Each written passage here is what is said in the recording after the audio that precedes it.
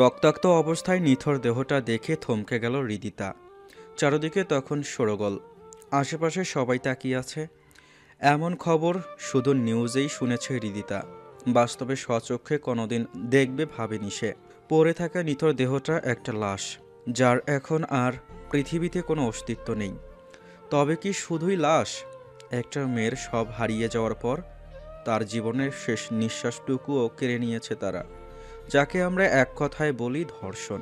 Hospital নির্মাণের জন্য বরাদ্দকৃত জায়গায় পড়ে আছে একটা মেয়ের লাশ।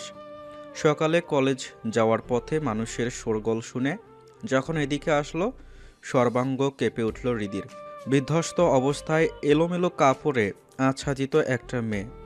হৃদি দেখল মরার পরেও এলোমেলো কাপড়ে মেয়েটার দিকে সবার দৃষ্টি কেমন প্রখর। হৃদি চটপট নিজের হেজাব খুলে ওটা দিয়ে কোনোমতে ঢেকে দিল মেয়েটার অঙ্গ। মেয়েটার মুখ দেখা যাচ্ছে না, ঘন চুলে মুখখানা ঢাকা। যখন কয়েকটি মহিলা নার্স মেয়েটাকে উল্টালো, এরপর মুখটা দেখল হৃদি। প্রিয়া। পৃথিবী ঘুরে উঠল হৃদির, ধপ করে বসে পড়ল মাটিতে। প্রিয়া, সে তো হৃদির ক্লাসমেট। হৃদির চোখ থেকে টপটপিয়ে পানি পড়তে লাগলো। কতটা নির্দয়ভাবে যন্ত্রণা দিয়ে মারা হয়েছে প্রিয়াকে। ঘটনাস্থলে তখনও পুলিশ আসেনি, রীতিমতো তারা দেরি করেই আসবে। কিন্তু পুলিশ আসার আগেই শ আওয়াজ তুলে প্রবেশ করলো দুটো গাড়ি থেকে বেরিয়ে এলো মনসুর আলী আর ওনার পুত্র মীর আলী। মনসুর আলী হাতে হ্যান্ড গ্লাভস পরতে পরতে এগিয়ে গেলেন লাশের দিকে। পালস চেক করতেই বুঝলো মেয়েটির নিঃশ্বাস চলছে না। আনুমানিক রাতেই মারা গেছে মেয়েটি। আশেপাশে এই নিয়ে চলছে তুমুল কথোপকথন। এর মাঝেই একজন মহিলা আর একজন পুরুষ কাঁদতে কাঁদতে ছুটে এসেই হাউমাউ করে কাঁদতে লাগলো। দুইজনের আহাজারিতে ভারী হয়ে উঠল পরিবেশ। ওনাদের ভাষ্যমতে কাল কলেজ থেকে আর ফিরে আসেনি তাদের মেয়ে। পুলিশের কাছে অভিযোগ করতে গিয়েছিল, কিন্তু 24 ঘন্টা না হলে তারা কোনো অ্যাকশনে যেতে পারবে না বলে জানিয়েছেন। এর মাঝেই পুলিশ হাজির হলো। মনসুর আলী পুলিশের সাথে কথা বলছেন, তবে পুলিশের মাঝে তেমন কোনো ভাবাবেগ নেই। তারা যেন নিত্যদিন এইসবে অভ্যস্ত। হৃদি একধানে তাকিয়ে দেখল লাশটাকে। বুক কেঁপে উঠল তার। প্রিয়া মেয়েটি ছিল খুব চঞ্চল। হৃদিতা উঠে লাশের কাছে থেকে প্রিয়ার বাবা মার কাছে যাবার জন্য পা বাড়াতেই একটা পুরুষালী শক্ত হাত তার হাতটা ধরে ফেলল। হৃদি পেছন ফিরে তাকাতেই নজরে এলো দাড়ি, মুছ আর পাগড়িতে আবৃত একটা মানুষ। পরনে তার সাদা ঢিলে ঢালা কাবলি সেট। দেখতে ওই হিন্দি সিরিয়ালের গুজরাটি সাজের মানুষের মতন হলেও মুসলমান হওয়ায় কাবলি সেট পড়েছে। সুটামদেহী লম্বাটে পুরুষটির ধূসর রঙের চোখজোড়া তাকে শাসাচ্ছে না যেতে। হৃদি দীর্ঘশ্বাস ফেলে হাত ছাড়িয়ে কলেজ ব্যাগ বুকে চেপে ধরে ঠায় দাঁড়িয়ে রইল। ঠিক তার পেছনে দাঁড়িয়ে আছে মঞ্জু মিয়া নামক এক পালোয়ান, যাকে রওনাক মির্জা কোত্থেকে তুলে এনে তার বডিগার্ড করে রেখেছেন।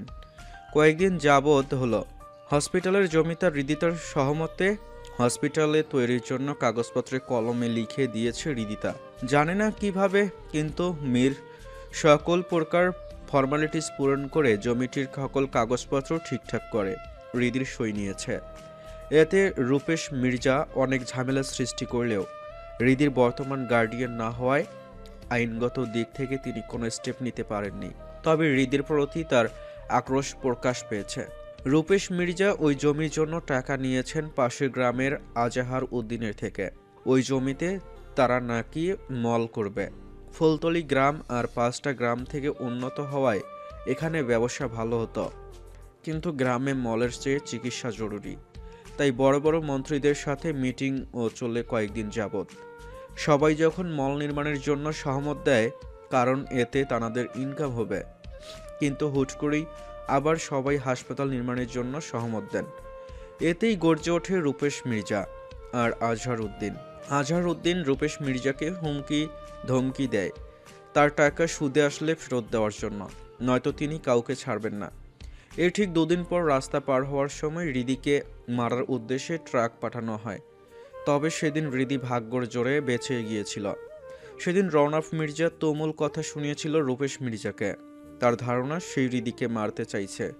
তবে রূপেশ সবটা শুনে বলেছিল, ওরা হৃদিকে মেরে ফেলতে দুবারও ভাববে না। কারণ জমিটা ওদের চাই। ওরা এই ওরা কারা তা বলেনি রূপেশ মির্জা। এর দুদিন পর রিদিতার পরীক্ষার রুটিন ঘোষণা করা হয়। কেউ তাকে বাইরে একা বের হতে দিতে চাইছে না, কিন্তু পরীক্ষা আর রিদির জেদের কাছে হার মেনে বন্ধুর পরামর্শে মজনু মিয়া নামক এক পালোয়ানকে রিদিকে কলেজে নিয়ে আসার জন্য রাখা হয়েছে। রিদি না চাইতেও রাজি হয়েছে। তারপর থেকে রিদির আসা যাওয়া হয় মজনু নামক পালোয়ানের সাথে। নিচুপ মজনু মিয়া কথা বলতে পারে না, তবে ইশারায় যা বোঝায়। প্রিয়ার শরীরটা গাড়িতে তুলতেই প্রিয়ার বাবা চেঁচিয়ে উঠলেন, ধরবে না, ধরবে না কেউ আমার ভাইয়ারে। ওর শরীর আর কাটা ছাড়া করবা না তোমরা। নাই, নাই, এদেশে আইন নাই। এদেশের পুলিশ এক একটা ঘরে চুরি পড়ে বসে থাকা বউ লাগে। আমি আমি কতই না কইলাম, আমি কতই না কইলাম রে। স্যার, স্যার আমার মাইয়াটারে খুঁই যাবেন, তখন খুঁজলেও আমার মাইয়া পরীক্ষা থাকতো। রিদি বাবা মায়ের এমন আহাজারি কান্না দেখে মজনুকে উপেক্ষা করে এগিয়ে গেল ওদের কাছে। আঙ্কেল, আপনার কি কাউকে সন্দেহ হচ্ছে? এখন আর কইয়া কি হব? হ্যাঁ, মানে আপনি জানেন এইসব কে করেছে? মুই মুই জানি না। তাই প্রিয়া কইছিল চেয়ারম্যানের পোলা ওরে বাজে বাজে কথা কয়। আমি বিচার নিয়ে গেছিলাম চেয়ারম্যানের কাছে। তাই হের পোলা আমাকে হুমকি দিয়েছিল। কি বলেছিল? কইছিল, রেদিতা। আচমকা ডাকে রিদিতা ঘুরে দাঁড়ায়। রায়হান চাপল পায়ে এগিয়ে আসে রিদির দিকে। রিদি কিছু বলার আগেই রায়হান হাত ধরে টেনে নিয়ে আসে ভিড় ঠেলে। তুই এখানে কি করছিস? ভাইয়া, ভাইয়া আমি ওকে চিনি, আমার সাথেই পড়তো। দেখ রেদু, আমি জানি তুই এসব প্রথম দেখছিস, কিন্তু বাংলাদেশে এসব অহরহ করছে। কিন্তু আফসোস, এতে থামানোর কেউ নেই। কেন নেই ভাইয়া? চেয়ারম্যানের ছেলের চরিত্র সম্পর্কে সবাই কম বেশি জানে। তবে পার্শ্ববর্তী গ্রাম ওটা রেদু। তাছাড়া আহাদার উদ্দিনের ভাই নাকি কোনো মন্ত্রী। তো তুই পাওয়ারের খেলা বুঝবি না রেদু।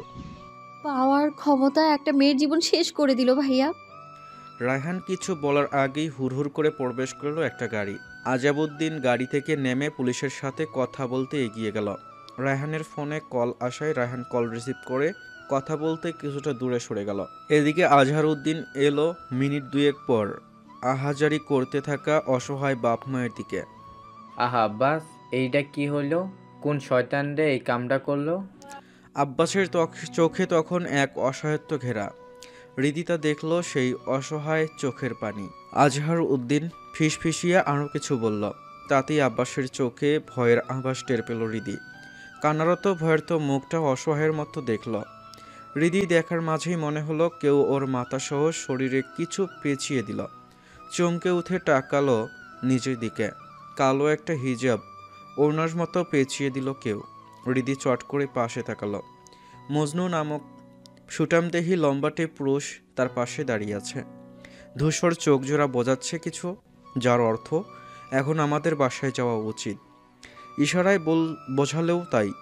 হৃদি অবাক হয়, সে কিভাবে এই চোখের ভাষা বুঝতে পারে। ইশারায় বোঝানোর আগেই চোখ যেন কথা বলে তার। হৃদিতা দীর্ঘশ্বাস ফেলে বলল, এই হিজাব কোথায় পেলেন?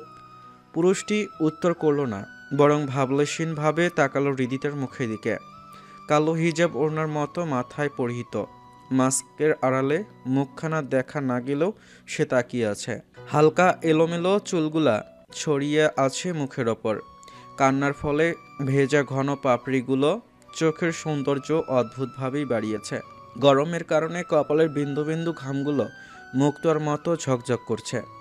মজনু মিয়াকে উত্তর করতে না দেখে হৃদি তাকালো মজনুর দিকে। এভাবে তাকিয়ে থাকতে দেখে কিছুটা অস্বস্তি নিয়ে বলল, কি হলো, লিখুন। মজনু লিখল না, বরং আগের মতোই তাকিয়ে রইল দেখে। হৃদিকে মনে করে চট করেই বলল, আমি বিবাহিত। মজনুর তবুও কোনো ভাবাবেগ নেই। হৃদি এবার কিছুটা অস্বস্তি আর বিরক্ত হয়ে ফিরে তাকালো আব্বাসের দিকে। হৃদি এগিয়ে গেল আব্বাসের দিকে, সরাসরি বলল, চাচা চলুন, যার উপর আপনার সন্দেহ হয় তার নামে এফআইআর দায়ের করবেন। আব্বাস চমকে উঠে চাইল হৃদির দিকে। হৃদি আব্বাসের চমকে ওঠা দেখে বলল, প্রিয়া আমার ক্লাসমেট ছিল চাচা, আমি চাই ধর্ষণকারীর কঠিন শাস্তি হোক। আব্বাস আবারও চমকে উঠে বলল, না না না, আমি কোনো এফআইআর দায়ের করব না। আমার আমার আরো একটা মাইয়া আছে। তুমি কেডা মাইয়া? এত জোর করছো কেন? হের বেডি হের ভালো কইব।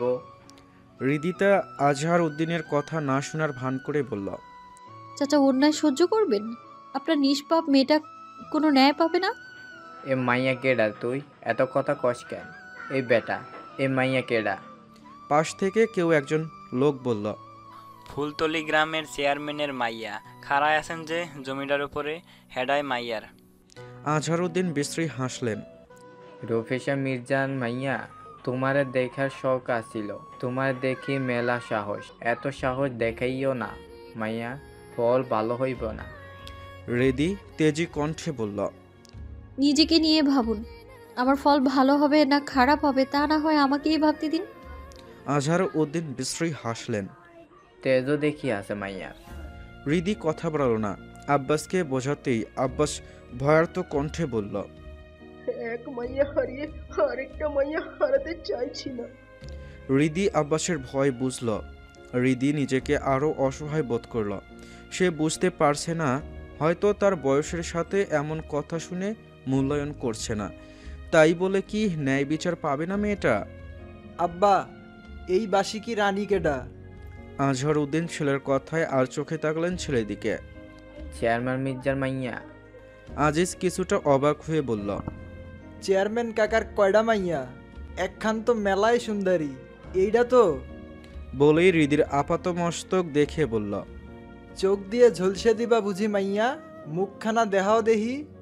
হৃদি কটমট দৃষ্টিতে তাকালো আজিজের দিকে। আজিজ কিছুটা অবাক হয়ে বলল, চোখের তেজেই তো পাগল করে ফেললেন ম্যাডাম। নাম কি?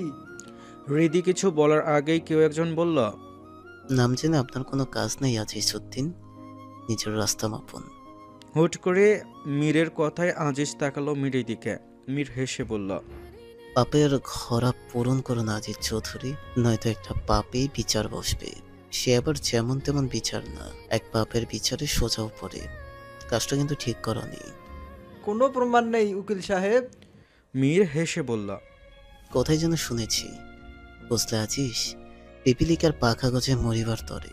আমি না হয় প্রমাণ ছাড়া বিচার করতে পারবো না, তবে সব আদালতে কিন্তু প্রমাণ স্বরূপ কিছু কাগজ লাগে না আজিজ।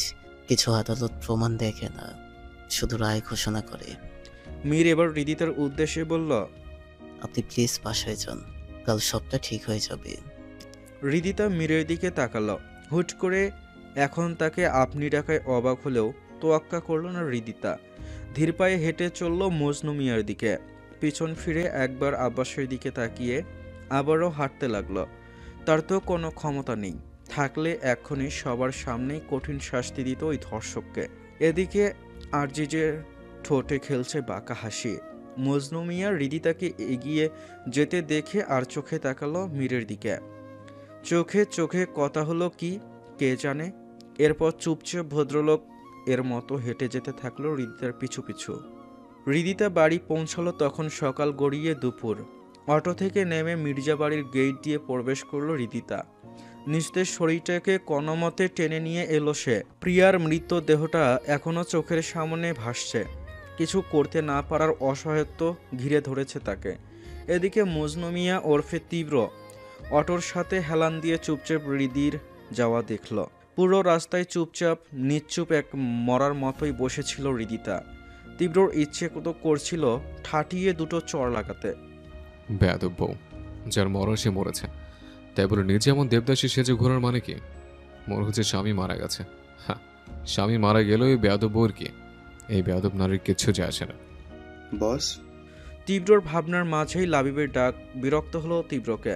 সে উত্তর করল না, সে শুধু দেখল হৃদির যাওয়া। লাবিব লুঙ্গি কোনোমতো সামলে বাইরে এসে বলল, বস কিছু মনে না করলে একটা কথা বলতাম। তীব্র দুহাত ভাঁজ করে এক নজর চোখ বুলালো লুঙ্গি আর শার্ট পরিহিত, মুখে মাস্ক পরা লাবিবের দিকে।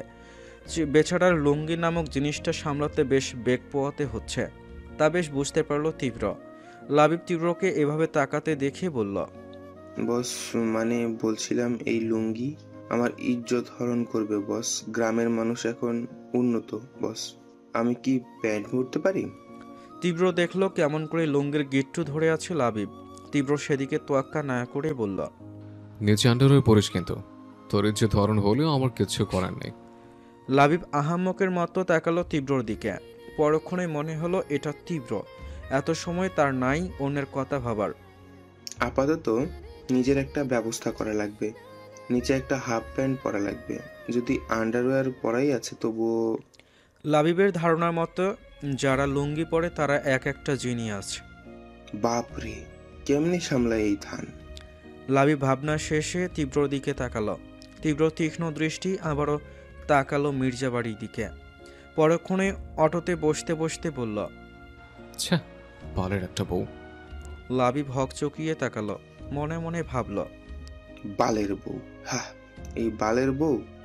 থুকু বউয়ের জন্য এমন ছদ্মবেশে আসা।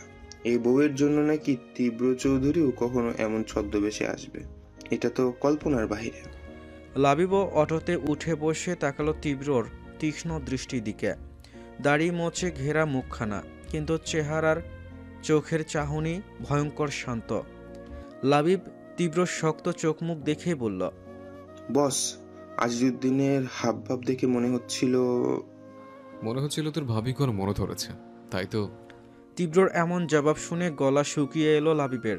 তীব্রর শান্ত কণ্ঠ কতটা ভয়ঙ্কর তা সে জানে। হৃদিতা চৌধুরী বাড়ি থেকে চলে আসার পর থেকেই তীব্র রাগ ভয়ঙ্কর রূপ ধারণ করেছে। সেদিন হৃদিকে রূপেশ মির্জার কাছে রেখে ফিরে গিয়ে দেখেছিল এক বিধ্বস্ত অবস্থা। রক্তাক্ত তীব্র পুরো বাসা তছনছ করেছে, নিজের ক্ষতি করতেও থেমে থাকেনি। পুরো হাত কেটে রক্তের বন্যা বয়ে গিয়েছিল। তাকে আটকাতে 2 জন গার্ড গিয়েছিল, তাদের অবস্থাও ভয়াবহ খারাপ। তীব্র রাগ জেদ ভয়ঙ্কর ভাবে প্রদর্শন হয়েছিল সেই দিন। বাড়ির কেউই সাহস করে এগিয়ে আসেনি। লাবিব যখন পৌঁছালো তখনও চলছিল তীব্রর ধ্বংসলীলা। বারবার আওড়াচ্ছিল একটাই কথা, ভোগ ভোগ মাই ফুট। এরপর যখন নিস্তেজ হয়ে এলো তীব্র শরীর, তখন রক্তাক্ত অবস্থায় ফ্লোরে বসে পড়ল। চোখ মুখ তখনও ভয়ঙ্কর, চোখে যেন রক্ত এসে জমাট বেঁধেছে। পুরো মুখটা টকটকে লাল, হাত থেকে চুইয়ে পড়া রক্তে ফ্লোর ভিজে উঠেছে। লাবিব সেদিক দেখেছিল তীব্রর ভয়ঙ্কর রাগ। বাপরে, 2 দিন হসপিটালে বেহুশ হয়েছিল তীব্র, তবে হুঁশ ফিরতেই তাকে হসপিটালে রাখা আর সম্ভব হয়নি। এরপর না আর বাড়ি ফিরেছে, না কারো সাথে যোগাযোগ করেছে, দাদির ফোন পর্যন্ত ধরেনি। এরপর থেকেই বাড়ল তীব্রর নিষ্ঠুরতা। এমনিতেই নিষ্ঠুর মানুষটা আরও নিষ্ঠুর হয়ে উঠল। শোন, তীব্রর ডাকে ভাবনা থেকে বের হয়ে এলো লাবিব। কিছু বলার আগেই তীব্র বলল, তোর ভাবের জন্য কালো বোরখার ব্যবস্থা করতে লাবিব, যেন চোখটাও দেখা না যায়। ওই চোখই সবকিছু সর্বনাশের মূল। কালো বউ নিয়েও দেখি শান্তি নাই, সবার নজরে আমার কালো বই আটকায়। লাবিব হকচকিয়ে কিছু না ভেবেই বলল, বস, ভাবি তো কালো না, শ্যামলা। আর শ্যামলা মেয়েরা কিন্তু ভয়ঙ্কর সুন্দর হয়, ঠিক ভাবির মতন। লাবিবের কথায় তীব্র তীক্ষ্ণ দৃষ্টিতে তাকালো লাবিবের দিকে। সাথে মাছও কর। লাবিব হতবাক হয়ে ড্যাব ড্যাব করে তাকালো তীব্রর দিকে, না বুঝেই বলল, কার সাথে বস? তীব্র দাঁতে দাঁত চেপে বলল, ভাবের সাথে মাছও কর। আজ থেকে তোর ভাবের দিকে মা মা নজরে তাকাবি, আর ডাকবি ভাবি আম্মু। কি ডাকবি? লাবিব হা হয়ে তাকিয়ে বলল, ভাবি আম্মু। গুড। বিস্ময়ে লাবিবের চোয়াল ঝুলে এলো। মানে বস কি এখানে আমাকে নিয়ে ইনসিকিউর ফিল করছে? মানে বস কি জেলাস? কিন্তু বস আর জেলাস সম্ভব? তীব্র লাবিবের হা হয়ে যাওয়া মুখ দেখে ত্রিক্ষি মেজাজে বলল, বালের মতো তাকিয়ে আছিস কেন? আমার রূপ বেড়েছে? যা, আজিজুদ্দিনের সাথে মিটিংয়ের ব্যবস্থা কর, হিসাব নিকেশ করা লাগবে অনেক। বালের একটা বউ, আচ্ছা কই থেকে কই নিয়ে এলো? এখন এসব ছুনোপুটি মেরে হাত গন্ধ করতে হবে। লাবিব তখনও আহাম্মকের মতোই তাকিয়ে আছে। তীব্রর মেজাজ এমনিতেই খারাপ, তার ওপর লাবিবের এমন আহাম্মক ভাবটা মেজাজ খিচুনি দিয়ে উঠল। এখনো 2-1 গুলি মেরে বউসহ সবগুলোকে দুনিয়া ছাড়া করতে, কিন্তু হয়েছে বালের একটা বউ, মারতেও পারা যায় না। এমন আদরটে বউকে আদর না করে মারা যায়? তীব্র বিরক্ত নিজের প্রতি। সে চায় না এই বউ তাকে প্রথম দিন থেকেই জ্বালাচ্ছে। প্রথম দিনের সেই ঘুমে ঢুলু ঢুলু ফোলা ফোলা মুখখানা আজও ভুলতে পারে না তীব্র। সেদিন ওই ঘুমু ঘুমু মুখটার জন্যই তার হাত থেমে গিয়েছিল। টিপ টিপ হৃদয় যন্ত্র অচল হয়ে থমকে গেছিল। সেদিন দেখেছিল এলোমেলো চুলে এলোকেশী কন্যা, নয়তো সেদিন সে সব উচ্ছেদ করেই দিত। তীব্র ভাবনা শেষে কিছু না বলে অটোরিকশা থেকে লাবিবকে টেনে বের করে বলল, দাঁড়িয়ে থাকে এমন ভাবে। লাবিব হকচকিয়ে ঝটপট পেছনে বসল। আজকাল তীব্রর সাথে থেকে কি যে হয়, না চাইতেও তার আহাম্মক ভাবটা চলে আসে। বসকে আজকাল আমার নতুন নতুন লাগে। প্রেমে পড়লে বুঝি এমন হয়? সকাল সকাল তীব্রর ঘুম ভাঙল খিলখিল হাসির শব্দে। কতক্ষণ হাসির শব্দটা শুনে ছোটখাটো ঘরের কাঠের জানালা খুলে দিতেই নজরে এলো মুগ্ধময়ী হাস্য উজ্জ্বল চেহারা। ছোট্ট একটা বাচ্চার পেছনে দৌড়াচ্ছে ওর মুগ্ধময়ী ওকে ধরার জন্য। তীব্র জানালার সাথে হেলান দিয়ে বসল। দুহাত ভাঁজ করে তাকিয়ে দেখল তার বেয়াদব বউকে। মনে মনে বলল, সকালটা এভাবে শুরু হলে মন্দ হয় না। হৃদির ফাইনাল পরীক্ষা শেষ হয়েছে দিন কয়েক আগে। এতদিন পরে বউয়ের খিলখিল হাসি দেখে না চাইতেও ভালো লাগলো তীব্রর। ঠোঁটের কোণে ফুটে উঠল বাঁকা হাসি। মাথায় ওড়না দেওয়া শ্যামল কন্যাকে দেখে মনে পড়ল লাবিবের কথা।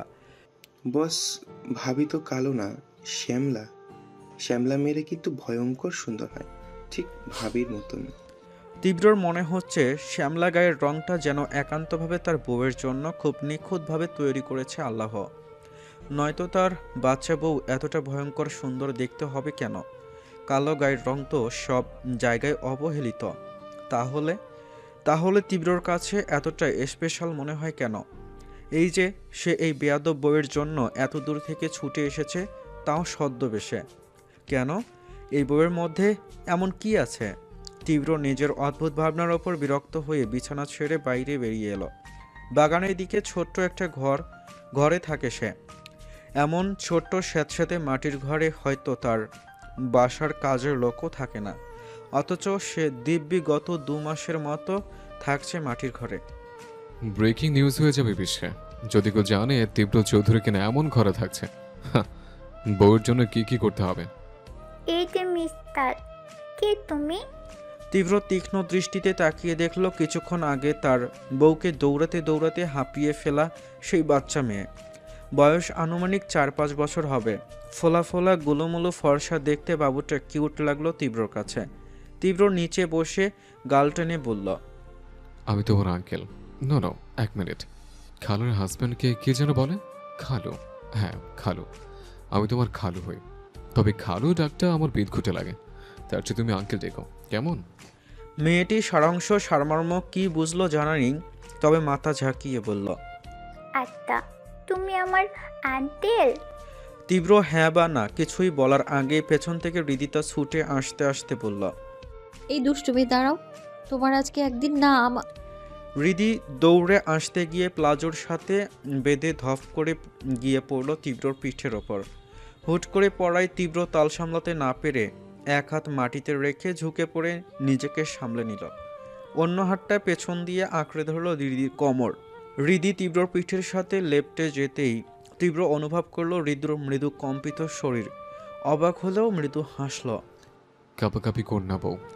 মনে মনে নামটা ঠিক করে দীর্ঘ করল বাঁধন। হৃদি নিজেকে দ্রুত ছাড়িয়ে নিতে চাইলেও তীব্র ছাড়ল না। আস্তে ধীরে কোমর থেকে হাত সরিয়ে নিতেই হৃদি ঝটপট উঠে দাঁড়ালো। এখনও কাঁপছে তার শরীর। হৃদি অনুভব করল নিজের মাঝে এই অস্থিরতা। এমন তো শুধু ওই মানুষটার কাছে। হৃদি আর ভাবল না, ভাবতে চায় না ওই নিষ্ঠুর মানবকে। হৃদি অস্ত্রত কমাতে দ্রুত বাচ্চা মেয়েটার হাত ধরে বাড়ির ভেতরে ঢুকে গেল। মজনু মিয়া নামক এই পুরুষের চোখের সেই তীক্ষ্ণ দৃষ্টি অস্থির করে তুলে তাকে। মনে হয় ওই রাক্ষস মানব চেয়ে আছে তার দিকে। ওই নীলাভ আকর্ষণীয় চোখজোড়া দেখলে বুকের টিপ টিপ হৃদযন্ত্রটা লাফাতে শুরু করত তার। হৃদি কোনোমতে বাড়িতে ঢুকে সোজা চলে এলো নিজের রুমে। তীব্র এতক্ষণ দেখেছিল বউয়ের অস্থির মনোভাব। ঠোঁটে তার আনমনে ফুটে উঠল মুচকি হাসি। বউয়ের একটু ছোঁয়ায় শরীর মন চঞ্চনে হয়ে গেল। আজকাল প্লাজুকেও তীব্রর ধন্যবাদ দিতে মন চায়। কতদিন পর বউয়ের ছোঁয়া পেল সে। তীব্র খেয়াল করলো সে আজকাল এই মাটির ঘরে স্যাঁতস্যাঁতে পরিবেশে নিজের আলিশান জীবনযাপন ছেড়ে থাকতে পারছে। শুধু কি থাকতে পারছে, বরং ভালো মতোই থাকতে পারছে। তীব্র হাসল। নিজের পরিবর্তন মাঝে মাঝে নিজের কাছেই অবাক লাগে তীব্রর। যাকে মেরে ফেলতে এসেছিল তীব্র, এখন সেই মেয়েটাই তাকে মেরে ফেলছে। তবে পার্থক্য শুধু এইটুকুই যে মেয়েটা তাকে চরম এক অনুভূতির দাবানলে পিষে মেরে ফেলছে। গভীর রাত, সবাই যখন ঘুমে মগ্ন, তীব্র নিঃশব্দে বসে আছে হৃদির মাথার কাছে। এক ধ্যানে দেখছে তার শ্যামকন্যাকে। আজ সারাদিন মেয়েটার দর্শন হয়নি। তখনকার জন্য হয়তো লজ্জায় তার সামনে যায়নি। তীব্র হাত বাড়িয়ে হৃদির কপালে আসা ছোট্ট ছোট্ট চুলগুলো সরিয়ে দিল, কিন্তু বাইরের বাতাস হুড়হুড় করে ঘরে আসায় একগুচ্ছ চুল আবারও পড়ল হৃদির মুখের ওপর। তীব্র মৃদু হেসে আবারও সরিয়ে দিল। এমন বেশ কয়েকবার করল। বারবার বাতাসে আসা এলোমেলো চুলগুলো গুছিয়ে দিল তীব্র। বাইরের ঠান্ডা বাতাস হুড়হুড় করে ঘোরে আসছে। সেই বাতাসে উড়ছে খোলা ডায়েরির পাতা। নিস্তব্ধ পরিবেশে ডায়েরির পাতার শব্দ চট চট শুনে হৃদি নড়ে চড়ে আবারও ঘুমিয়ে পড়ল। তীব্র হৃদিকে আবারও ঘুমতো দেখে তীব্র উঠে গিয়ে তীক্ষ্ণ দৃষ্টিতে নজর বুলালো ডায়েরিতে। বাতাসে উড়ছে খোলা ডায়েরির প্রতিটি পেজ। কাঠের জানালা বন্ধ করতেই কপাল কুঁচকে গেল তীব্রর। মির্জাবাড়ির দেওয়াল টপকে কেউ এগিয়ে আসছে। তীব্র জানালা বন্ধ করে ব্যালকনি দিয়ে নেমে সোজা গিয়ে দাঁড়ালো হুডি পরা লোকটার সামনে। গান বের করে সোজা ধরল কপাল বরাবর।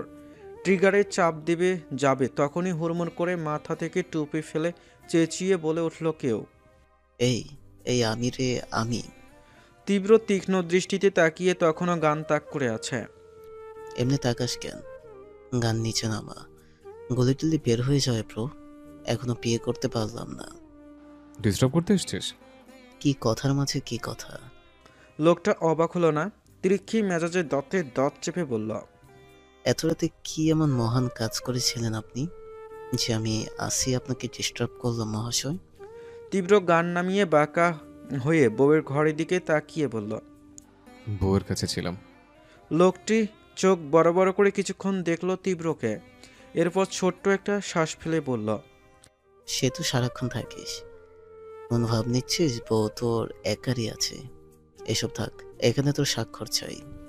কি আছে এতে? কি আবার? লিগ্যাল গার্ডিয়ান হওয়ার সার্টিফিকেট আমার বউয়ের। লোকটা কিছুটা বিরক্ত হয়ে বলল, তোর বউ? এটা বারবার বলার কিছু নেই। আমি জেলাস না, এমন আদুরে টাইপের মেয়ে আমার পোষায় না।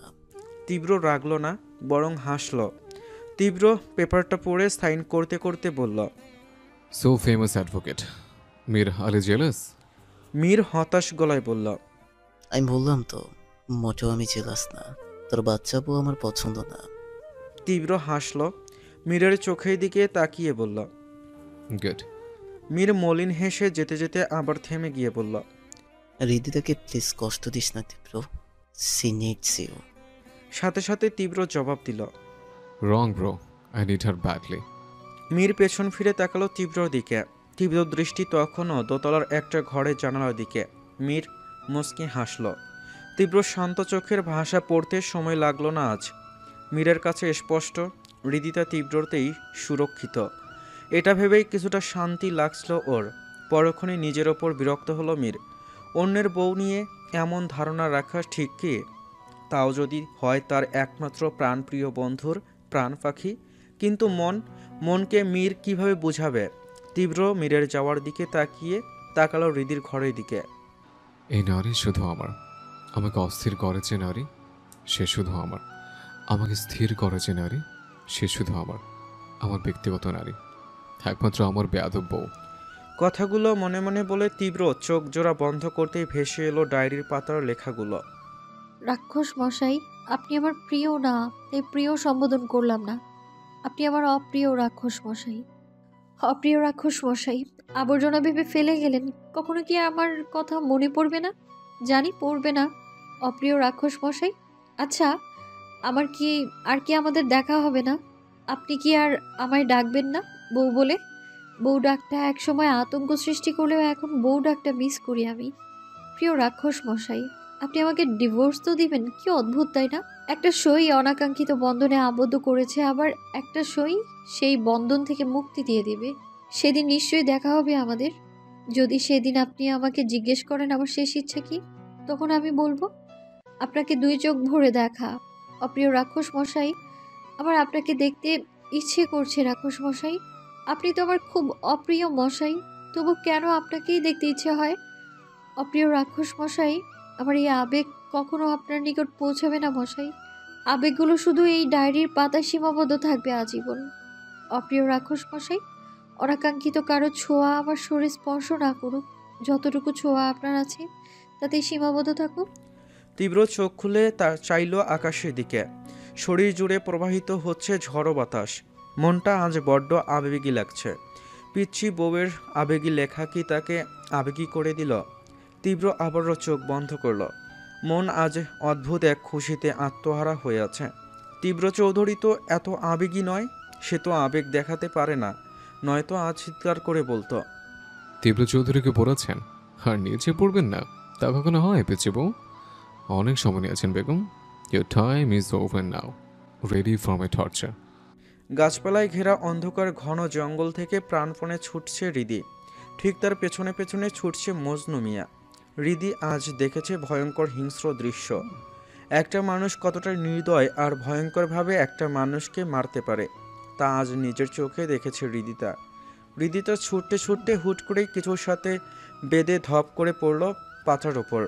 স্তব্ধ পরিবেশে হৃদির পায়ের পদধ্বনি থেমে গেলেও শুকনো পাতার ওপর একজোড়া পায়ের পদধ্বনি ছুটে এলো তার কাছে।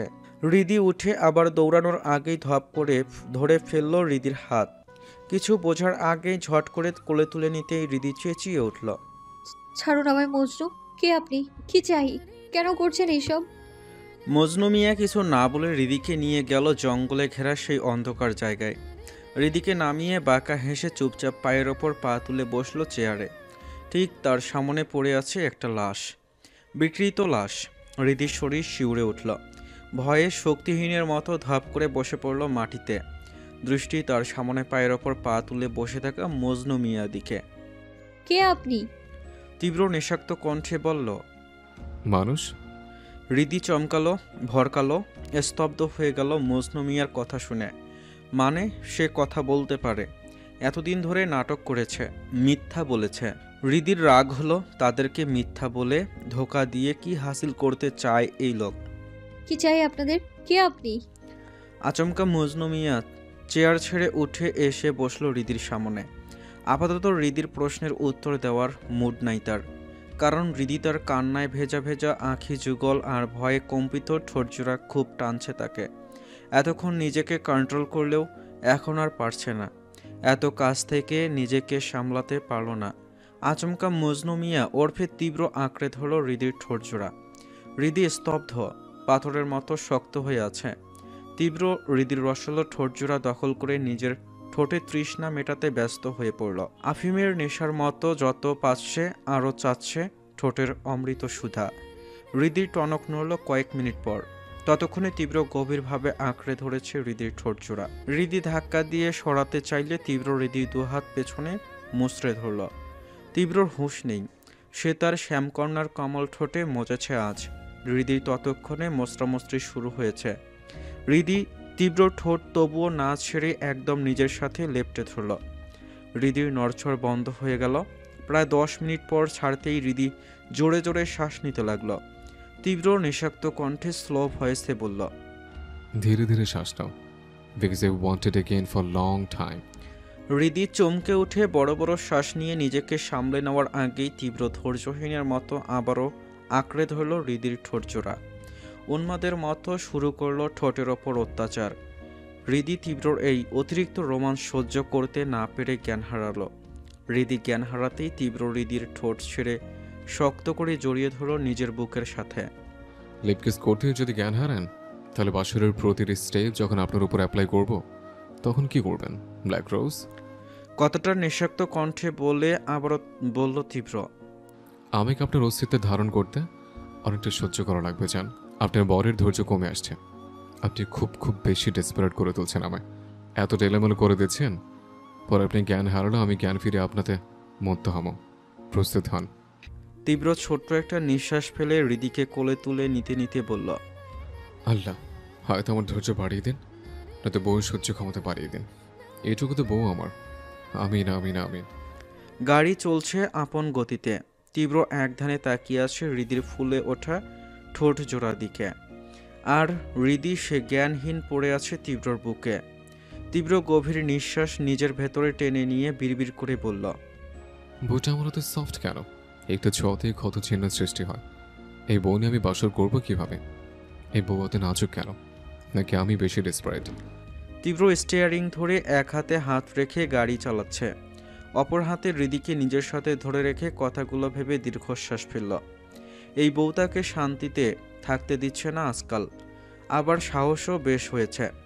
তীব্রর গাড়িকে ফলো করে চলেছে লাবিব। তীব্র আসলে যাচ্ছে কোথায় সেটাই লাবিব বুঝতে পারল না। মির্জা বাড়ি ছেড়ে এসেছে অনেক আগে। তার মানে বস মির্জা বাড়ি যাচ্ছে না? তবে কি ঢাকা ফিরছেন? কিন্তু সাথে ভাবি, তুক্কু ভাবিমা আছে। তীব্রর গাড়ি গ্রামের পথ পেরিয়ে চলে এলো মেইন রাস্তায়। লাবিব গালে হাত দিয়ে যখন ভাবনায় মত্ত, গাড়ি এসে থামলো গ্রাম থেকে কিছুটা দূরে একটা লেকের ধারে। ইট দিয়ে বাধাই করা লেকটা চারদিকে একদম শান্ত। তীব্রর গাড়ি থেমেছে কিছুটা দূরে। আশেপাশে শুধু গাছ আর গাছ। তবে লেকের ধারে শান্ত পরিবেশে জল করে জ্বলছে জোনাকি পোকা। লাবিবের গাড়ির আসার কিছু সময় পর আরও একটি গাড়ি এসে দাঁড়ালো। লাবিব দীর্ঘশ্বাস ফেলে এগিয়ে গেল সেদিকে। গম্ভীর মুখে বলল, মানে লাশের ব্যবস্থা করেছ? বস যা বলেছে বাজারের বটগাছের সাথে ঝুলিয়ে রেখে এসেছি। ওকে বস, ভাবি মনির সাথে আছে, চারদিকে নজর রাখো। ওকে। গাড়ির ভেতরে সিট ডাউন করে বেডের মতো জায়গায় শুয়ে আছে দুইজন মানবী। হৃদির লম্বা চুলগুলো গুছিয়ে পায়ে ব্যান্ডেজ করে দিয়েছে তীব্র। একবার জ্ঞানহীন হৃদির দিকে চেয়ে হৃদির গায়ের ওড়না আলতো করে সরিয়ে এসু চালু করে দিয়ে ক্লান্ত ভঙ্গিতে হৃদির গলায় মুখ গুজে হৃদির শরীরের ঘ্রাণ টেনে নিল তীব্র। হৃদির শরীরের স্পর্শে ক্লান্ত শরীর যেন আরাম পেয়েছে। হৃদির বুকে এসে মাথা রাখতেই মনে হলো যেন পৃথিবীর সব শান্তি এই মেয়েটার মধ্যে আছে। তীব্র মুখ তুলে হৃদির পুরো মুখে অজস্র চুমু দিয়ে আবারও মাথা রাখলো হৃদির বুকের ওপর। তীব্রর মনে হলো এমন শান্তি আর আরাম আর কোথাও নেই। চারদিকে ঝেঝে পোকার ডাক আর হৃদির হৃদস্পন্দন দুটোই আজ মোহনীয় লাগছে তীব্রর কাছে। ক্লান্ত তীব্র সব ভাবনা সাইডে রেখে হৃদিকে শক্ত করে জড়িয়ে ধরে চোখ বুজে বিড়বিড় করে বলল, আমার সুখ পাখি, আপনি যান। এইটুকু ছোঁয়া এত শান্তি দিচ্ছেন। চারদিকে তখন সূর্যের আলো ফুটতে শুরু করেছে। হৃদির ঘুম ভাঙল পাখির কিচিরমিচির আওয়াজ শুনে। পিটপিট করে চোখ খুলে মাথার ওপর নজর যেতেই মনে হলো ঘরের ছাদ যেন খুব কাছে চলে এসেছে। হৃদি চোখ বন্ধ করে আবারও খুলল। একই দৃশ্য দেখে চোখ জোড়া খুলল পুরোপুরি। হাত পা নাড়াতে চাইলে বুঝলো সে নড়তে পারছে না। কারো গরম নিঃশ্বাস গলার কাছটায় বাড়ি খাচ্ছে। মস্তিষ্কে জোর দিতেই মনে পড়ল রাতের ঘটনা। ঝট করে উঠতে চাইলেও উঠতে পারল না। মনে হচ্ছে 80 থেকে 90 কেজির ওজনের কিছু তার ওপর চাপিয়ে দেয়া আছে। হৃদির মোচড়ামচড়িতে তীব্রর ঘুম হালকা হলো। জোরে শ্বাস নিতেই নাকে এসে বাড়ি খেল পরিচিত সুভাষ। তীব্র হৃদির গলায় নাক মুখ ঘষতেই হৃদির চিৎকারে হালকা একটু উঠে তাকালো হৃদির রাগী চেহারা দিকে। তীব্র সকাল সকাল টাসকি খেল বউয়ের এমন রাগী চেহারা দেখে। সে তো এমন রাগী চেহারা দেখেনি। দেখেছে সাদাসিধে আর ভয়ত চেহারা। যদিও তার ভয়ত চেহারার কাপা কাপা ঠোঁট জোড়া প্রিয়, তবে রাগী লুকেও ফিদা সে। হায় রে, কি দিনকাল আসলো। তীব্র আরও কিছুক্ষণ বউকে দেখতে চাইল, কিন্তু বউ তার আজ সত্যি রণমূর্তির ভয়ঙ্কর রূপ ধারণ করেছে। ছাড় ছাড় আমার শয়তান, তো সাহস কি করে হয় আমাকে এখানে আনার? তাও আমার ছাড়, তোকে বলছি খবিশের বাচ্চা শয়তান, ছাড় বলছি। তীব্র হৃদির এমন ভয়ঙ্কর চিৎকার শুনে হৃদির ওপর থেকে উঠে সিটে বসলো হেলান দিয়ে। হৃদি উঠতে চাইলে বুঝলো শরীরে তার প্রচুর ব্যথা। হৃদির ভয় বাড়ল। তার ধারণা মজনু মিয়া তাকে অজ্ঞান করে তার সুযোগ কাজে লাগিয়ে তার সাথে। হৃদির ভয়ে গলা শুকিয়ে কাঠ হয়ে এলো। সে ব্যথাযুক্ত শরীরে উঠে বসল। স্তব্ধ হয়ে গেল। তীব্র তীক্ষ্ণ দৃষ্টিতে তাকিয়ে আছে হৃদির দিকে। হুট করে হৃদির শান্ত হয়ে যাওয়া তাকে ভাবাচ্ছে। এই বউ না, এখনই চিৎকার করছিল, আবার এক্ষুনি শান্ত হয়ে বসে আছে কেন? না কাঁদছে না, ব্যাস। এইটুকু ভাবতেই রিদি হুট করে তীব্রকে ধাক্কা দিল। হঠাৎ এমন আক্রমণে তাল সামলাতে না পেরে তীব্রর মাথা গিয়ে বাড়ি খেল জানালার সাথে। সাথে সাথে রিদি কান্না ভেজার রাগী আর তেজি গলায় বলে উঠল, কেন করলি এমন? কি ক্ষতি করেছিলাম আমি তোর? কে তুই? কি চাস? কি চাস? কি চাস তুই? হ্যাঁ, যা চেয়েছিস তা পেয়ে গেছিস, ভোগ করেছিস, আমার অজ্ঞান হওয়ার সুযোগ নিয়েছিস। ছি! তীব্রর ভ্রু কুঁচকে যায়, আবারও সেই ভোগ। তবে এবার আর রাগল না তীব্র। হৃদির পরবর্তী কথার জন্য প্রস্তুত হলো। আজ বউয়ের সব কথা শুনবে তীব্র, সব অভিযোগ শুনবে, যা বলে বলতে দিবে। হৃদিতা আবারও চিৎকার করে বলল, তুই জানতি না আমি বিবাহিত? জানতি না? বল তাহলে কেন এমন করলি? তুই মানুষ খুন করেছিস, দেখেছি আমি। তার জন্য কি তুই আমার সাথে এত জঘন্য কেন তোরা? হুট করে হৃদি নিভে গেল। তীব্রকে ছেড়ে ধপ করে বসে পড়ল সিটে। চোখ মুখ লাল হয়ে আছে তার, শরীর থেমে থেমে কাঁপছে। হৃদি একটু থেমে আবারও বলল, মেরে ফেললি না কেন তুই আমায়? মেরে ফেল। প্রিয়ার মতো আরও একটা প্রিয়ার আজ মৃত্যু হোক। আমি মৃত্যুবরণ করতে প্রস্তুত, কিন্তু কলঙ্ক নিয়ে বাঁচতে প্রস্তুত না। মেরে ফেল আমায়। মারছিস না কেন? তীব্র নিশ্চুপ হয়ে বউয়ের কথা শুনছে। এমন না যে তার রাগ হচ্ছে না, তবে আজ সে বলতে দিচ্ছে। না হলে এখনই গলা টিপে ধরে বলতো, মরবি না, মর। হৃদি এবার ডুকরে চিৎকার করে কেঁদে উঠল। আমায় মেরে ফেল, এক্ষুনি মেরে ফেল। এই কলঙ্ক নিয়ে বাঁচতে চাই না আমি। আমি পারবো না বাঁচতে। আমায় মেরে ফেল প্লিজ। আমি বাঁচতে চাই না। হুট করে দিদি পাগলের মতো এদিক ওদিক দেখল, কিছু না পেয়ে আবারও চিৎকার করে উঠল। তীব্র এবার রেগে নিজেকে প্রকাশ করার আগে হৃদির কথা শুনে থেমে গেল। হৃদি দু হাতে নিজের মুখ ঢেকে চিৎকার করে কাঁদতে কাঁদতে বলল, কোন মুখে আমি তার সামনে দাঁড়াবো? এখনো ডিভোর্স হয়নি আমাদের। ঘৃণা হচ্ছে আমার নিজের প্রতি। এত কিছু করতে পারলি আর আমার জানটা নিতে পারলি না। তীব্র অবুঝ গলায় বলল, কার সামনে? হৃদি হুট করে রেগে তীব্রর গলা টিপে ধরে বলল, তোদের মতো নরখাদক, লুচ্চা, লম্পট, দুশ্চরিত্র, নোংরা চরিত্রের লোক কিভাবে বুঝবে নিজের সতীর্থ স্বামী ব্যতীত অন্য কেউ হরণ করলে কেমনটা লাগে? তীব্র এক ধ্যানে তাকিয়ে দেখল হৃদিকে।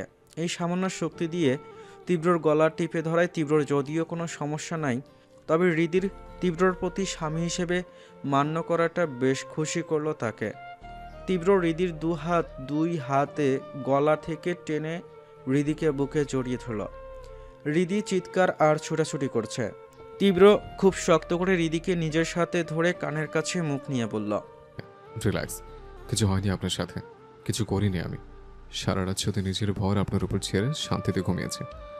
85 কেজি ওজনও নিজের উপর নিতে শিখুন ব্ল্যাক রোজ। তার সাথে কিছু হয়নি কথাটা কানে যেতেই হৃদিতে গা ছেড়ে দিল। ডুকরে কেঁদে উঠল তীব্রর বুকের মাঝ থেকে। তীব্র তখনও খুব শক্ত করে জড়িয়ে ধরে আছে। হৃদির শক্তি নেই এখন আর ধস্তাধস্তি করার, তবুও নিজেকে ছাড়াতে চাইলে পারল না। কাঁদতে কাঁদতে বলল, ছেড়ে দে আমার, ছাড় বলছি। ছাড়বো না, আমার শান্তি লাগছে এভাবে। হৃদি রাগে ঘৃণায় চেঁচিয়ে বলল, লজ্জা করে না একটা ম্যারিড মেয়েকে এভাবে জড়িয়ে ধরতে? ছাড় বলছি। শরীরের শক্তি দিয়ে বাহাদুরি দেখাচ্ছিস? চরিত্রহীন কাপুরুষ কোথাকার। তীব্র কিছুটা রেগে গিয়ে হৃদিকে আরও একটু শক্ত করে নিজের ভেতরে টেনে এনে বলল, বেশি কথা আমার পছন্দ না। আমি বেশি কিছু করলে সেটা আপনার জন্য ভালো হবে না। মজনুর গলার স্বর হঠাৎই যেন চেনা চেনা লাগলো হৃদির, তবে শরীর থেকে সেই চেনা পারফিউমের ঘ্রাণটা পেল না, অন্য কোনো কড়া পারফিউমের ঘ্রাণ পেল। তবে এতক্ষণ মজনুর স্পর্শে আটকে থেকে হৃদির শরীর শীতল আবেশে ছেয়ে গেল। হঠাৎ কিছু মনে করে বলল, কে আপনি? এক কথা কতবার বলবো, আমি মানুষ। হৃদির মেজাজ খারাপ হলো। হৃদি মনে প্রাণে মানে এটা তীব্র হতে পারে না। তীব্র চৌধুরী, যার নামেই নাকি বড় বড় মন্ত্রীরা কাঁপে, সে কখনো ছদ্মবেশে আসবে না, তাও এইখানে। কণ্ঠস্বর এক মনে হলেও কি কত মানুষের কণ্ঠস্বর তো একই হয়। এসব ভেবে হৃদি রেগে বলল, কাপুরুষ, বেঈমান, চরিত্রহীন, ছাড় আমায়। আমি অন্য কারো বিবাহিত স্ত্রী। আমায় ছাড় বলছি। তীব্র ছাড়ল না, বরং মৃদু হেসে আরও শক্ত করে জড়িয়ে ধরল। হৃদির মনে হচ্ছে তার শরীরের বিষ ব্যথা আরও বেড়ে গেল। শরীরের হাড়গোড় ভেঙে গেলে এমন লাগছে। এভাবে কেউ ধরে? তীব্র হৃদিকে ভালোভাবে বুকে মিশিয়ে নিতে নিতে বলল, মাছের মতো এইভাবে লাফালাফি করছেন কেন? নেহাত আমার বুকে আছেন তাই, নইলে আমার রাগ কিন্তু ধ্বংস ডেকে আনে। হৃদিতা কটমট করে তাকিয়ে বলল, বলের তোর রাগ, তুই কি ছাড়বি আমায়? কাপুরুষ কোথাকার! রাতের অন্ধকারে একটা মেয়েকে তুলে এনে নোংরামো করছিস, তাও বিবাহিত মেয়েকে। তীব্র এত কথার পরেও রাগল না। তার রাগ হচ্ছে না। এটার কারণ কি? তার বউ তার বুকে আছে তাই, নাকি অন্য কিছু? হৃদি মজনু মিয়াকে বারবার বিবাহিত বলায় তীব্র কিছু একটা ভেবে বলল, আপনার বরকে? কোনোদিন তো দেখলাম না আপনার সাথে। আমার বরকে? সেটা জেনে তুই কি করবি? আপনাকে তার কাছে থেকে চেয়ে নেব, বলবো আপনাকে ডিভোর্স দিতে। তাহলে আপনার আমার আর কোনো ঝামেলা নেই। নাম কি আপনার বরের? বলবো কেন আমি? তুই আমাকে ছাড়া। না বলে ছাড়ছি না। তীব্র চৌধুরী। তীব্র চৌধুরী তার নাম, শুনেছিস তুই এই নাম? ও, তীব্র চৌধুরী। তা কি করে সে? হৃদির মেজাজ প্রচণ্ড খারাপ হচ্ছে।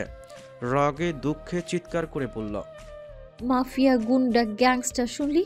এবার ছাড় আমায়, নয়তো তোকে কেটে টুকরো টুকরো করা হবে এতটা যে তোর লাশটাও কেউ জোড়া দিতে পারবে না। তীব্র মনে মনে হাসল। হৃদিতা না জেনে কথাটা বললেও এটাই চরম সত্যি যে তীব্র মাফিয়া। তবে তার বউয়ের এমন তেজ দেখে তীব্রর ভালো লাগছে। সে তো বউয়ের এমন তেজি রূপের সাথে পূর্ব পরিচিত না, তাই আজ পরিচিত হতে চাচ্ছে। আপনার বর তো আপনার কাছে আসে না কেন? সে আসুক আর না আসুক তাতে তোর কি? আল্লাহর দোহাই লাগে, ছাড় আমায়।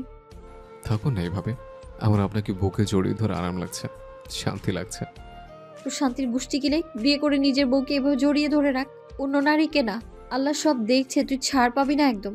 শরীরের ক্ষমতা দিয়ে আমাকে চেপে ধরে আছিস তুই, বেয়াদব শয়তান কাপুরুষ কোথাকার। তবে কি মনের ক্ষমতা ধরে রাখবো? হৃদি হতাশার নিঃশ্বাস ফেলল। রাগে দুঃখে চিৎকার করে কেঁদে উঠল। তীব্র তবুও হৃদিকে ছাড়ল না। মাথায় হাত বুলিয়ে দিতে দিতে বলল, আমার বুকে আপনার শেষ ঠাই। আপনার ভালো লাগুক বা খারাপ, আপনাকে আমার বুকেই থাকতে হবে। স্বেচ্ছায় বা জোর করে আপনাকে আমার বুকিয়ে রাখবো আমি। আমার বুকের সাথে লেপ্টে থাকি আপনার একমাত্র কাজ, কারণ এতে আমি ভালো থাকবো। এখন একটু ঘুমান তো। প্রায় ঘন্টা খানেক ধরে সমানে চিৎকার করে কাঁদা শুরু করেছেন। মজনু মিয়ার এত আদিক্ষেতা দেখে হৃদি তার ইচ্ছে করছে এখনই বটি দিয়ে জবাই করে ফেলতে। পরপুরুষের সাথে এভাবে লেপ্টে আছে, এটা হৃদির কাছে মৃত্যুর সমান। সে ব্যর্থ, নিজেকে হেফাজত করতে সে ব্যর্থ। মনে মনে হৃদি বারবার আল্লাহকে ডেকে চলেছে সমানে, যেন এই পাপী শয়তান কাপুরুষের ছোঁয়ায় এই কলঙ্কিত শরীরের মৃত্যু হোক। হঠাৎ হৃদির শান্ত হয়ে যাওয়া ভ্রু কুঁচকে গেল তীব্রর। শান্ত হৃদির শরীরের তাপমাত্রা গরম হওয়ায় চিন্তায় ভাঁজ পড়ল কপালে। ধীরে ধীরে শরীরের ভর ছেড়ে দিচ্ছে হৃদি। তীব্র ঝট করে হৃদির কপালে হাত রাখতেই বুঝল বেশ জ্বর উঠেছে। নিথর দেহটা তার ওপর ভার ছেড়ে দিচ্ছে। হৃদির শরীরে বিন্দুমাত্র শক্তি নেই। তীব্র হৃদিকে কয়েকবার ডাকার পরেও হৃদি নিশ্চুপ। তীব্র হৃদিকে ছেড়ে বাচ্চাদের মতো করে নিজেকে কোলে তুলে বসালো। হৃদির চোখে তখন গরমে লাল হয়ে আছে। নিভু নিভু চোখে সে দেখল মজনু মিয়া নামক দাড়ি মুছে ঘেরা মুখখানা। তীব্র জ্বরে কাতর হয়ে ঘরের মধ্যে বলল, আমায় বাঁচাবেন না, আমি বাঁচতে চাই না। আমি আম্মুর কাছে যেতে চাই। আম্মুর কাছে অনেক ভালোবাসা আছে। আম্মু আমাকে অনেক ভালোবাসবে। ওখানে কেউ আমায় মারবে না, ভয় দেখাবে না, ঘৃণা করবে না। সেখানে পরপুরুষের ছোঁয়া থাকবে না। প্রিয় রাক্ষস মশাইকে বলবেন আমি তাকে মাফ করে দিয়েছি। আমার অপ্রিয় রাক্ষস মশাইয়ের মুখে বউ ডাক শুনতে। অতিরিক্ত জ্বরে কাহিল হয়ে ঢলে পড়তেই তীব্র চট করে বুকে জড়িয়ে ধরল। তীব্র চিৎকার করে ডাকলো লাবিবকে। লাবিব বসের গলা পেয়ে ছুটে এলো। তীব্র ততক্ষণে এলোমেলো হৃদিকে ঠিক করে তার বুকে আগলে নিয়েছে। হৃদি তখন থরথর করে কাঁপতে কাঁপতে উষ্ণ স্পর্শ পেতেই তীব্রর বুকে মিশে গেল। বস, ভাবি ঠিক আছে? জ্বর এসেছে, ঘরে হসপিটালে নিয়ে চল। জি বস। লাবিব গাড়িতে বসে ইশারায় গার্ডদের ফলো করতে বলে গাড়ি স্টার্ট দিল। তীব্র চিন্তিত মুখে হৃদিকে আঁকড়ে ধরেছে। একটু পরপর ঠোঁট ছোঁয়াচ্ছে উষ্ণ মুখটায়। লাবিব তীব্রর চিন্তিত মুখখানা দেখে দীর্ঘশ্বাস ফেলল। ঠিক 7 মিনিট পর হসপিটালে পৌঁছাতেই ভর্তি করা হয়েছে হৃদিকে। ডক্টর মনসুর আলী হৃদিকে চেক করে মুচকে হেসে বলল, she is fine, don't worry. তীব্র দীর্ঘশ্বাস ফেলে বলল, আই নো। মনসুর আলী তীব্রর মলিন মুখখানা দেখে বলল, চা নাকি কফি? উপস, ব্ল্যাক কফি। নাথিং। তীব্রকে এক ধ্যানে হৃদির দিকে তাকিয়ে থাকতে দেখে মনসুর আলী ডাল হেসে বলল, তোমার রেস্ট দরকার। তীব্রর সোজা সাপটা জবাব, বউ দরকার। মনসুর আলী অবাক হলেন না, মৃদু হেসে বললেন, তোমার দাদি তবে মিথ্যা কিছু বলেনি? তীব্র কোনো উত্তর করলেন না, চুপচাপ তাকিয়ে রইল হৃদির দিকে। হৃদির ঘুমন্ত মুখখানা খুব বেশি মনে ধরল। মনসুর আলী হৃদির দিকে এভাবে তাকানো দেখে মৃদু হেসে বেরিয়ে গেলেন। হৃদির ঘুম ভাঙতেই পিটপিট করে চোখ খুলতে দেখল লতিফা বেগম হৃদির হাত ধরে বসে আছেন। হৃদি আশেপাশে তাকিয়ে দেখল চাচা চাচি, রায়হান ভাই, রিয়া আপু সহ সবাই দাঁড়িয়ে আছে। হৃদি উঠে বসতে চাইলে রায়হান বসতে সাহায্য করল। তুই ঠিক আছিস তো ঋতু? রায়ানের কথায় হৃদিতা সবটা মনে করতে চমকে তাকালো সবার দিকে। মজনুর খুন করার সেই দৃশ্য, তারপর দৌড়ানো, তারপর মজনুর সাথে গাড়িতে সেই মুহূর্ত, সব মনে পড়তেই মুহূর্তের মধ্যেই হৃদির ভয়ে শরীর কেঁপে উঠল। হৃদিতা ভয়ে অস্পষ্ট গলায় বলল, মজনু রাতে হৃদিতা কথা শেষ করার আগেই লতিফা বেগম বলল, মজনু রাতের ঘটনা আমাদের সব বলেছে, আমরা সব জানি। হৃদি ঘাবড়ে গিয়ে তাকালো সবার দিকে। সবাই কি তাকে ভুল বুঝবে? কথাটা মনে হতেই গলা শুকিয়ে এলো তার। মজনু ডানা থাকলে কি হইতো? আল্লাহ ওর হাতেই তোরে বাঁচাইছে ঋদু। আল্লাহ পোলাডার ভালো করুক।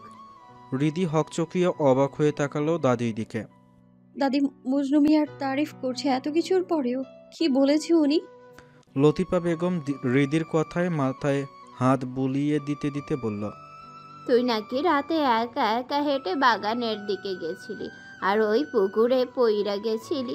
আমি কইছিলাম ওই পুকুরে তেনারা থাকে, ওই পুকুর ভালো না, নিশ্চয়ই তোকে বসে নিচ্ছিল, নয়তো ও তো রাইতে তুই যাবি কা?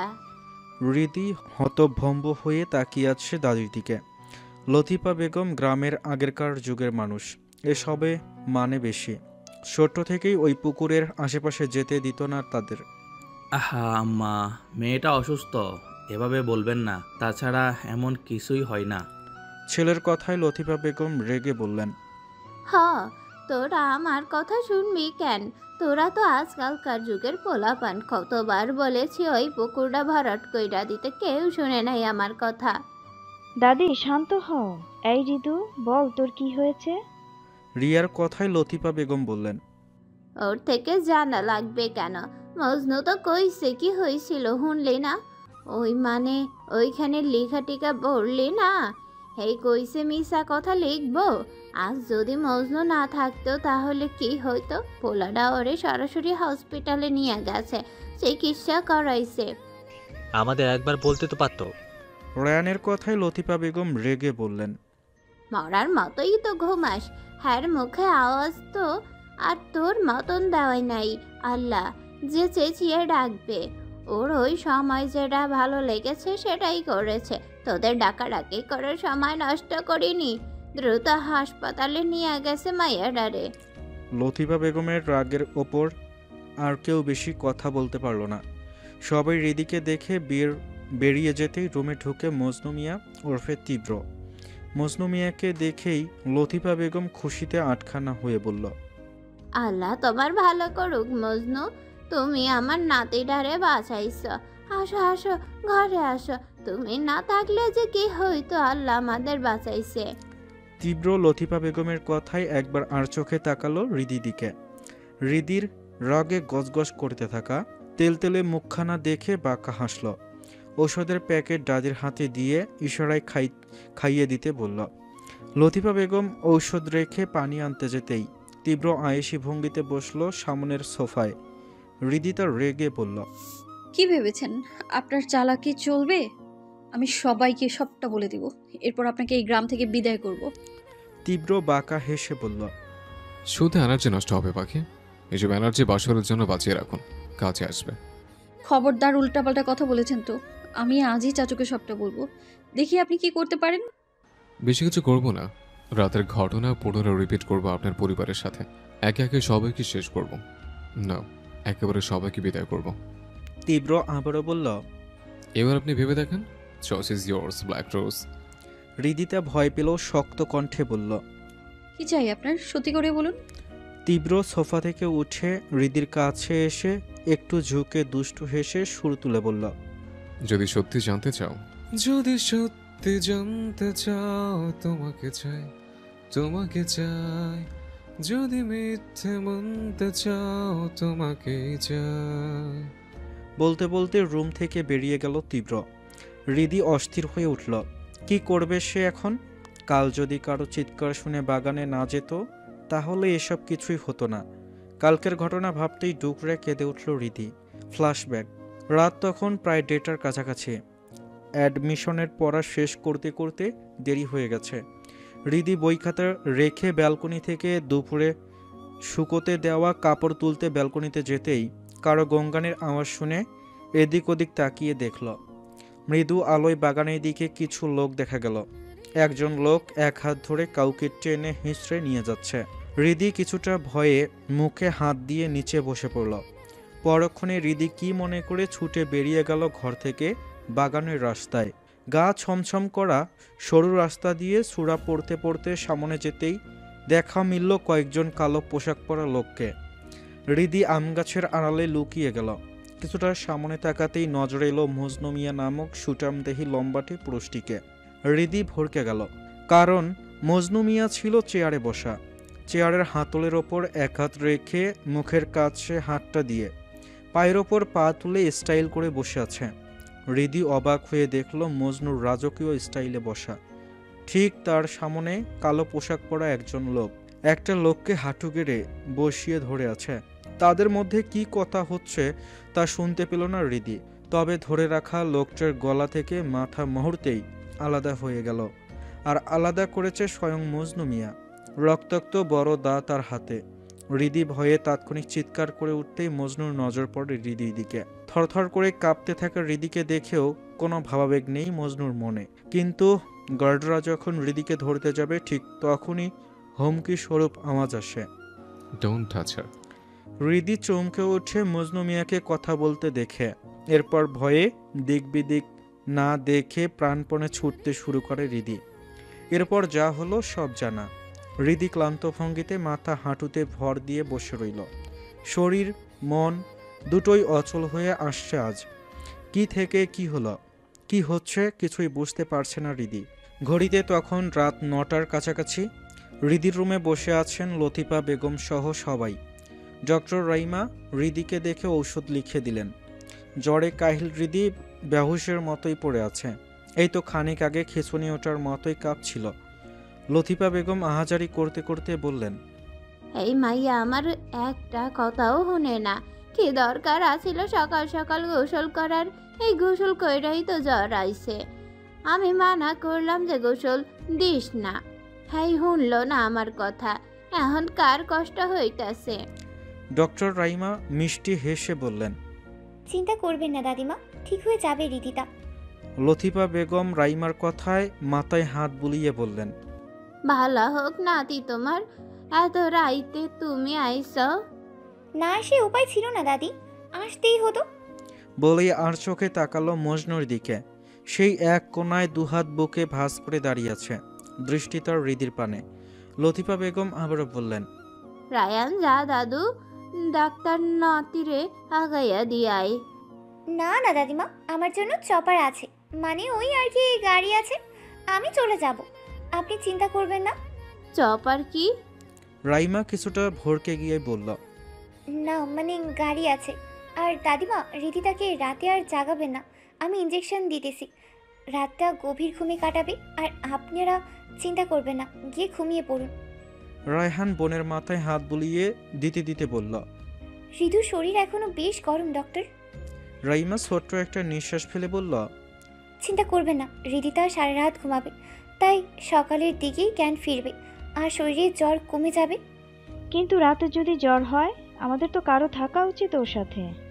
রিয়ার কথায় রাইমা তৎক্ষণাৎ বলল, দরকার নেই, ঘুমের ওষুধ আর জ্বরের ওষুধ দেওয়া আছে, জ্বরের আসবে না। আর আপনারা ওর থেকে দূরে থাকুন, মানে এখন প্রায় সবারই এমন জ্বর হচ্ছে, একজন থেকে ভাইরাস অন্যজনকে ছড়াচ্ছে, তাই বললাম আর কি। কিন্তু জ্বর তো আর আর বাচ্চাদেরও তো সমস্যা হবে, তাই ওকে পুরোপুরি রেস্ট করতে হবে। সকালে ইনশাল্লাহ সুস্থ হয়ে যাবে। আমি ডক্টর, আমার কথা শুনুন, এতে সবারই ভালো হবে। নয়তো এই পাগল আমাকেই হসপিটালে ভর্তি করিয়ে দেবে। শেষ কথাটা আস্তে বিড়বিড় করে বলল রাইমা। কিছু কইলা?